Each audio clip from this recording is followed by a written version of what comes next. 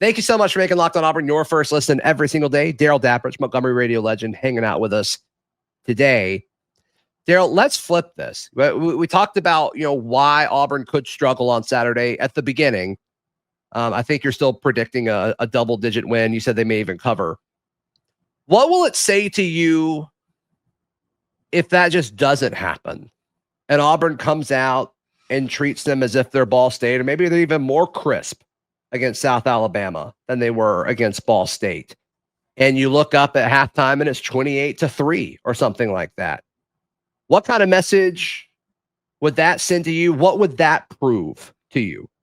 It would prove to me that they are definitely every week improving, which is what you want to see as a coach. Yes. That they are executing, that they are getting things worked out, they are getting things fixed that may have been early bugaboos, and that they are getting honed and ready at the most opportune time to go play Oklahoma on the road. The timing would be perfect. And that may be the case. It may be that Hugh Freeze does a little bit more as far as play calling is concerned against South Alabama than they did against Ball State. Because look, people will say you shouldn't need to do that. Zach, Ball State is a horrible football team. They're one of the worst teams I've seen other than an FCS team to come into Jordan here. There was no threat offensively. There was no threat in the passing game. Defensively, I was surprised that they only gave up 42, to be honest with you. So I don't know what they did. I thought Auburn would have and should have gotten into the 50s. I'm not looking a gift horse in the mouth. I'm just being honest and saying that, sometimes you just come out and I don't want Auburn to take this game lightly. I want them to use it in the vein that you just said. Look sharp, look better, give Oklahoma even something more to worry about. Yeah, which is what this game is 100% about. This is the last tune-up game before your season really gets here. Oklahoma, Texas A&M, Georgia, Missouri. Those next 4 games define your season. That's it. If you go 3-1, you have the chance to compete for a playoff spot. If you're 2-2, all of your goals are still in front of you. If you go 1-3, 8-4 still on the table, but it gets tougher. Right? I mean, that stretch is going to define potentially Hugh Freeze's tenure at Auburn. I mean, this is a big next month that we're about to run into. And so this is your last opportunity to kind of prove these things. The way Hugh Freeze was talking about him, I don't think that they're taking him lightly. There's a lot of stuff that could go right here. We're going to talk more specifically about the running back situation in a second. Hugh Freeze highlighted South Alabama's wide receivers. If that's their strongest matchup, I'll take Auburn's corners over South Alabama. And once again, the trench play, I think, is the great divider of all of this. I mean, we've seen it in the early part of the season so far, with the exception of Florida. The SEC has done a good job playing other conferences, and most of it has to do with trench play. Quarterbacks and overall athletes help, but trench play is the great equalizer, I guess. Yeah. When it comes to why the SEC is able to dominate consistently every other conference. And that should be the case Saturday. And I want them to take some pride in that. If you're Keldrick Fox, you're not going to push us around. If you're Xavier Chaplin or Connor Lewis, we are about to move you off the line every single play and make sure that not for 1 second you think you have a chance. I want to see that killer instinct. And that has been lacking with this team. This team looks better than it did a year ago, looks better coached than it did a year ago, looks more talented than it did a year ago.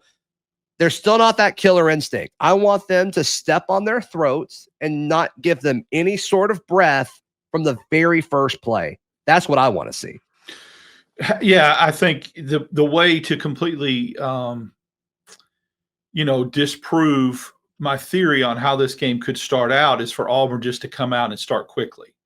I was really surprised that when the Auburn won the toss, they didn't get the ball first against Ball State. I would love to see them do that against South Alabama, go right down the field, score, and send a message. That's how you do that. You jump up 14-0, 21-0, and then you don't leave the other hope. way, Daryl. If they get the ball, force a quick 3 and out, then all of a sudden, you get all that back. True, you do, and you get the ball to start the second half, which is what happened. Yeah. But I in this scenario, I would just want to see the offense go to work. I mean, I just would. I'd want to see them get the ball and go down the field and get going as far as vertical passing game, whatever it is. So, I agree. You want to start quickly and you want to make sure that there is none of that hope. And you do realize we are overmatched here. I do think South Alabama has better athletes than Ball State as well. They've got some SEC type athletes on that roster. Mm-hmm. So it's the perfect time to play them as a tune-up and make a statement before you go on the road to play Oklahoma. It's amazing to me that these teams have never played each other. Blows my mind. It's amazing to me. Of course, South Alabama's only had a program the last 10 years, 10, 15 years. So it's not like, and they've played UAB once, Auburn has. So it's not like they've had as much opportunity. Yeah, surprised by it. They won't play Troy. I understand that. That's just not going to happen in football. But, yeah, I'm surprised they haven't played. When Joey Jones was South Alabama's coach, I would have thought they would have played Auburn. So good in-state game, good tune-up. Let's hope Auburn starts really, really quickly and fast. Yeah, on both sides of the ball. Once again, that could be Auburn getting the ball first and going down and scoring, which – I mean, that's been an issue.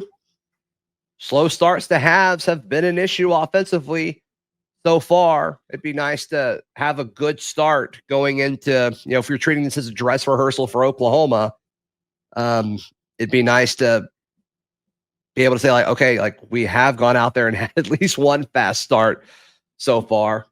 And I don't know how you emulate that. Like, I don't know how you emulate that in practice. I'm not sure. I don't think you can. I think you just, that's why you're glad like you start practice. It's like, all right, here we go. Yeah. Go. I mean, you can't do that. I really want to see, they, like I said, the slow starts have been there a little bit. This could change rather quickly Saturday. That's what I want to see.